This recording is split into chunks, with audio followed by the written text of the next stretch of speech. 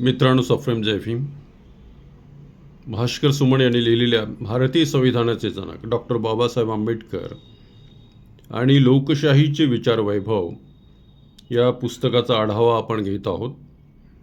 तर पाहूया या भागामध्ये डॉक्टर बाबासाहेब आंबेडकर यांनी केलेले कार्य.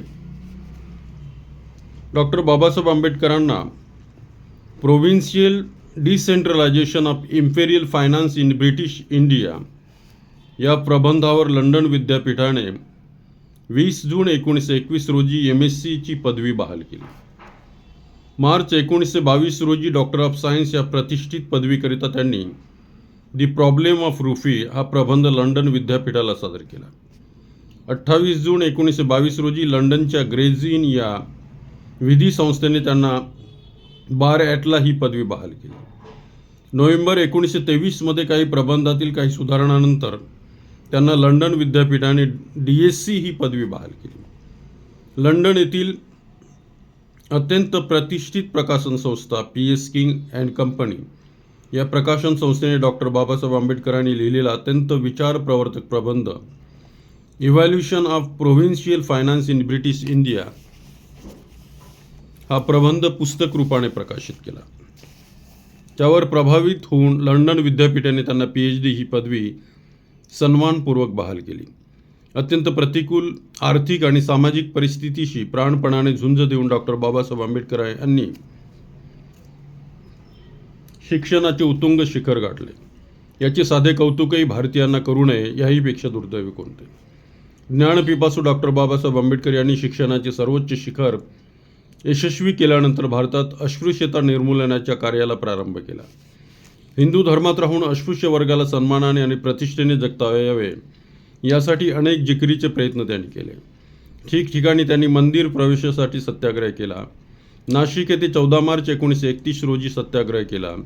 हा सत्याग्रह अविस्मरणीय ठरला.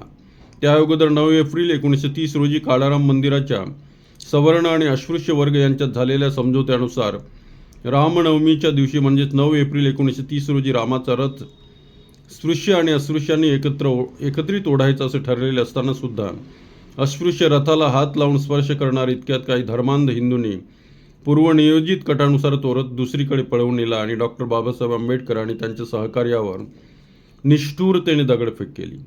त्याच दगडफेकीत बाबासाहेब आणि त्यांचे सहकारी गंभीरपणे जखमी झाले. स्वतःच्या जीवाची येत किंचितही पर्वा न करता बाबासाहेबांनी आपल्या घायल झालेल्या सहकार्यांना दवाखान्यात उपचारासाठी भरती केले. ज्या पवित्र जाणीवेने आणि सद्भावनेने आणि शुद्ध हेतूने डॉक्टर बाबासाहेब आंबेडकरांनी आरंभ केलेला लढा सवर्ण हिंदूंनी आपल्या कपट भावनेने हाणून पाडला. द्वेषमूलक हिंदू समाज रचनेत मन्वंतर घडवून आणण्याचे बाबासाहेबांचे प्रयत्न त्यांनी अशा प्रकारे उधळून लावल्यामुळे त्यांचे मन अत्यंत दुःखी झाले. या कष्टातून ही सामाजिक सुधारणेची चळवळ त्यांनी उभी केली होती. त्या चळवळीचा मूळ पायाच सवर्णांनी ध्वस्त करून टाकला होता. हिंदू धर्मातील अनिष्ट रूढी बंधने याचे समूळ प्रच्छेदन करून हिंदू धर्माला मानवतेकडे नेण्याचे बाबासाहेबांच्या स्वप्नास धुळीस मिळाले होते. त्यामुळे उद्विग्न होऊन 13 ऑक्टोबर 1935 रोजी नाशिक जिल्ह्यातील येवले या ठिकाणी भरलेल्या परिषदेत ते म्हणाले, आपले माणुसकीचे साधे अधिकारही मिळवण्यासाठी आणि हिंदू समाजामध्ये समान दर्जा प्राप्त करून घेण्यासाठी मी चालवलेली चळवळ अगदी निष्फळ ठरली. या चळवळीसाठी व्यय केलेला वेळ, काळ आणि पैसाही व्यर्थ गेला. ही मोठी दुःखदायक वस्तुस्थिती आहे. म्हणून आता अखेरीचा निर्णय घेण्याची वेळ येऊन ठेपली आहे.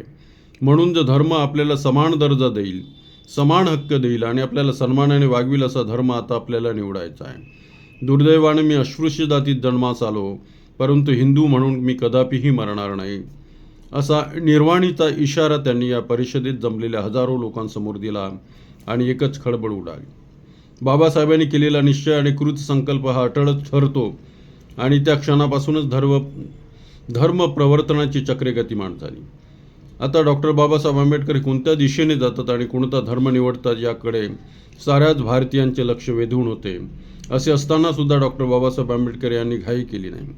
1935 ते 1956 हा प्रदीर्घ कालावधी म्हणजे 2 दशके त्यांना त्यासाठी घ्यावी लागली. धर्मांतराची घोषणा करताच त्यांच्यावर अनेकांनी टीका टिप्पणी केली, परंतु त्यांच्या टीकेला न जुमानणारे ते व्यक्तिमत्वच नव्हते. प्रखर निर्भीडता हे डॉक्टर बाबासाहेब आंबेडकरांचे विशेष वैशिष्ट्य होते.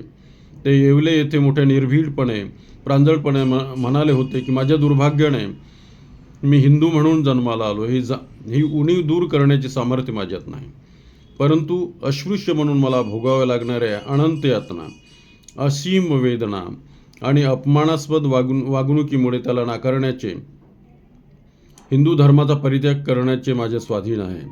मी येथे जाहीरपणे सांगू इच्छितो की मी जरी अस्पृश्य हिंदू म्हणून जन्माला आलो असलो तरी हिंदू म्हणून मी कदापिही मरणार नाही.